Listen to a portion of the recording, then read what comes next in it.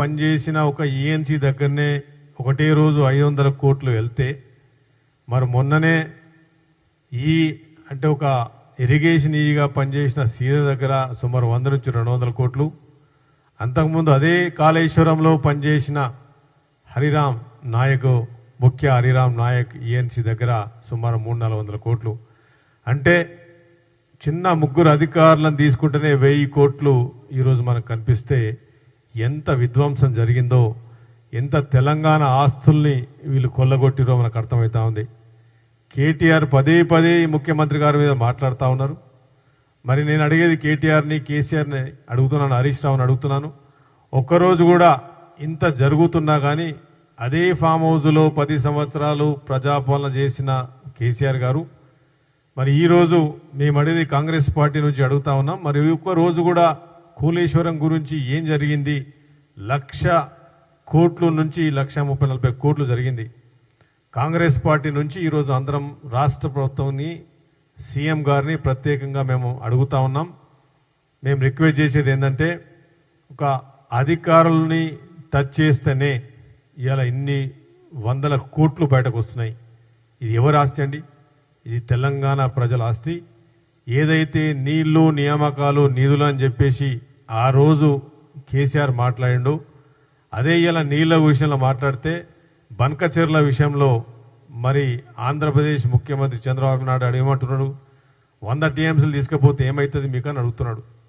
3,000 టీఎంసీలు ఉన్నాయని చెప్పేసి ఆ రోజు కేసీఆర్ చెప్పిండు. యాడికెళ్ళి చెప్పిండు కేసీఆర్? ఏ సైంటిఫిక్ డేటా చూసి చెప్పిండు? ఏ ఇంటర్నేషనల్ డేటా చూసి చెప్పిండు 3,000 టీఎంసీ అని చెప్పేసి? అయితే వాళ్ళు అనేది ఏంటంటే, ఇప్పుడున్న ముఖ్యమంత్రి ఏమంటున్నాడు? 3,000 టీఎంసీలో 100 టీఎంసీలు తీసుకపోతే మీకు ఏమవుతుందని అడుగుతున్నాడు. మరి మేము అడుగుతున్నది ఎక్కడైతే నీకు 3,000 టీఎంసీలు ఎవరు చెప్పిండ్రు? ఇలా బనకచెర్ల గురించి ముఖ్యమంత్రి గారు, ఇరిగేషన్ శాఖ మంత్రి గారు పోయి ఢిల్లీలో కూర్చోాల్సిన అవసరం ఉంటుంది. మీరు ఆ రోజు కృష్ణా బేసిన్ మీద కట్టాల్సిన ప్రాజెక్టులు మీరు నిజంగా కంప్లీట్ చేస్తే, నెట్టంపాడు కానీ ఇంకా మిగతా ప్రాజెక్టులు కానీ మీరు కంప్లీట్ చేస్తే మొదలు నీళ్లు మేము తీసుకుంటోళ్ళం కదా. తెలంగాణకు నీళ్లు మిగిలేటి ఇలా నోట్లలో నీళ్లు కొట్టేసి కిందికి నీళ్లు పోతున్నాయి. ఏ ప్రాజెక్టు కంప్లీట్ కాలే.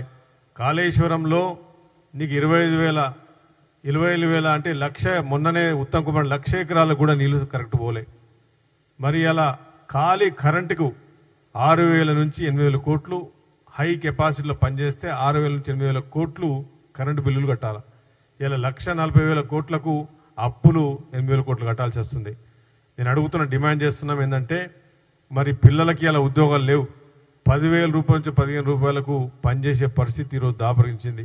స్విగ్గీలలో అక్కడెక్కడ గ్రామీణ ప్రాంతంలో వచ్చిన పిల్లలు ఉద్యోగాలు, ఇంటికి ఉద్యోగం ఇస్తా అని చెప్పి 10 సంవత్సరాలు నిజంగా నువ్వు ఉద్యోగాలు ఇచ్చుంటే, కేసీఆర్ నేను అడుగుతా ఉన్నాను, కేటీఆర్ని అడుగుతున్నాను. రోజు కేటీఆర్ పొద్దున ట్విట్టర్ కింగ్ లాగా ఎక్కడ పడితే ఒక ట్విట్టర్లో మరి ఎక్స్లో పెట్టడం తప్ప నిజంగా జరిగితే మరి ఇలా పిల్లలకు ఉద్యోగాలు ఎందుకు లేవు తెలంగాణలో అడుగుతున్నాను. ఇదే ధనిక రాష్ట్రంలో ఉద్యోగాలు ఎందుకు లేవు? మరి అవినీతి ఆఫీసర్లు ఎందుకు ఇన్ని వేల కోట్లు బయటకు వస్తున్నాయి? మేము అడిగేది, డిమాండ్ చేస్తూ ఉన్నాం, కంపల్సరీ కాళేశ్వరంలో ఎవరైతే ఇన్వాల్వ్ అయినరో, ఇంక్లూడింగ్ డిజైన్ నుంచి, కాంట్రాక్టర్స్ నుంచి, అధికారుల నుంచి 100% దాన్ని ఎంక్వైరీ చేయాల్సిందే. ఎంక్వైరీ కమిషన్ కాంట్రాక్టర్స్ కూడా పైపులలో ఎన్ని వేల కోట్లు మీరు అవినీతి జరిగిందో అందరికీ తెలుసు. చిన్న పైపులలో కూడా మీరు ఎంత పర్సెంటేజ్, 100కు 200% ఇంక్రీజ్ చేసి 100 కోట్ల 1000 కోట్ల దాన్ని పెంచినరు. మేము ఒకటే క్వశ్చన్ చేస్తా ఉన్నాం, తెలంగాణకు ఏదైతే ఆస్తి నష్టం జరిగిందో, విధ్వంసం జరిగిందో, కాంగ్రెస్ పార్టీ తరపు నుంచి కేటీఆర్ను నువ్వు మాట్లాడే ముందు ఒక్కసారి ఆలోచించుకోమని చెప్తా ఉన్నాం. మరి హరీష్ రావు ఏ విధంగా విధ్వంసం జరిగిందో, ఇరిగేషన్ శాఖ దాని ఆధ్వర్యంలో మీ కుటుంబంలోనే ఇరిగేషన్ శాఖ ఉంది. 10 సంవత్సరాలు మీ కుటుంబంలోనే ఇరిగేషన్ శాఖ ఉంది. కొన్ని రోజులు నువ్వు చేసినావు, కొన్ని రోజులు మీ మామ చేసిండు.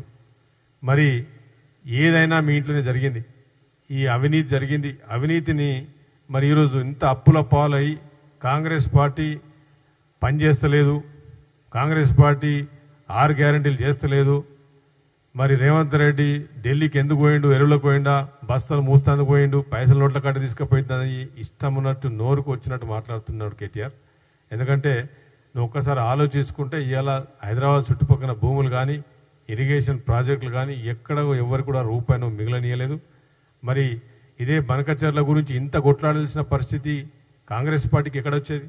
మేము ఒకటే అడుగుతున్నాం, బనకచెర్ల గురించి మాట్లాడే ముందు నువ్వు ఎక్స్లో పోస్ట్ చేసే ముందు ఒకసారి ఆలోచించుకో. నీకు జరిగింది ఏంది?